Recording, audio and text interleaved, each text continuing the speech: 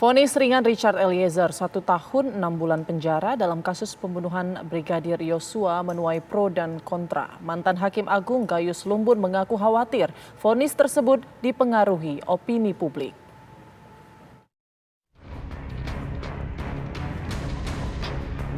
Vonis ringan yang dijatuhkan Majelis Hakim Pengadilan Negeri Jakarta Selatan terhadap terdakwa Richard Eliezer menuai pro dan kontra.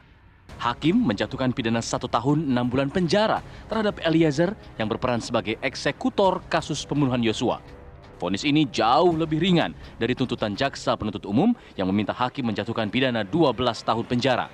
Mantan Hakim Agung Gayus Lumbun menyatakan vonis terhadap Eliezer ini janggal dan kontroversial. Gayus khawatir putusan hakim dipengaruhi opini publik. Menjadi kedudukan hakim ini ya juga menjadi tekanan ya yang dirasakan. Ketika pertama saya perhatikan ada aliansi guru besar universitas gabungan seluruh Indonesia. Nah, aliansi ini membuat surat kepada ketua dengan berbagai, kalau bagi saya intervensi, karena dia meminta agar Eliezer ini dihukum ringan. Nah, ini bagi saya juga satu gambaran suatu tekanan. Nah, kemungkinan mudah-mudahan tidak ya, tapi hakim harus mandiri ya, tetapi dengan tekanan oleh orang-orang intelektual begini kan semestinya juga tidak bisa dilakukan. Kalau mau memberi masukan ya bukan langsung ke majelis hakim ya, tentunya ke lembaga lain, Mahkamah Agung, puncak pimpinan peradilan atau komisi yudisial yang memberi masukan informasi, tapi ini langsung ke majelis. Itu yang pertama. Gayus juga menyoroti peran Eliezer sebagai justice kolaborator.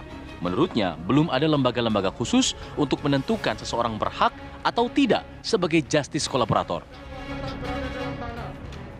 Status JC itu kan baru, ini satu model baru yang kita adopsi dari Amerika Serikat, bahwa kalau ini tidak ada korupsi sebenarnya perkara di sana itu umumnya. Kalau seorang terdakwa ini mau membayar seluruh apa yang dia terima dari hasil korupsinya dan dia membuka ya pihak-pihak yang terkait sehingga negara akan dikembalikan semaksimal mungkin. Itu syarat pertama.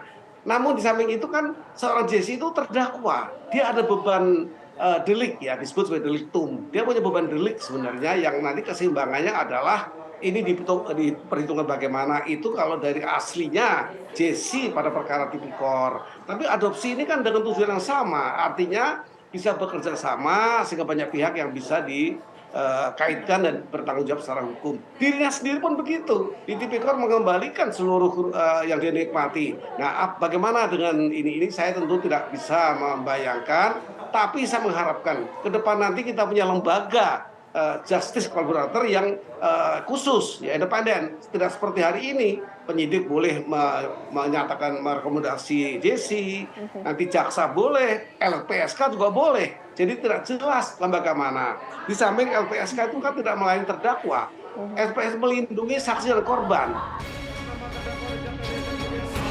Tim TV One mengabarkan.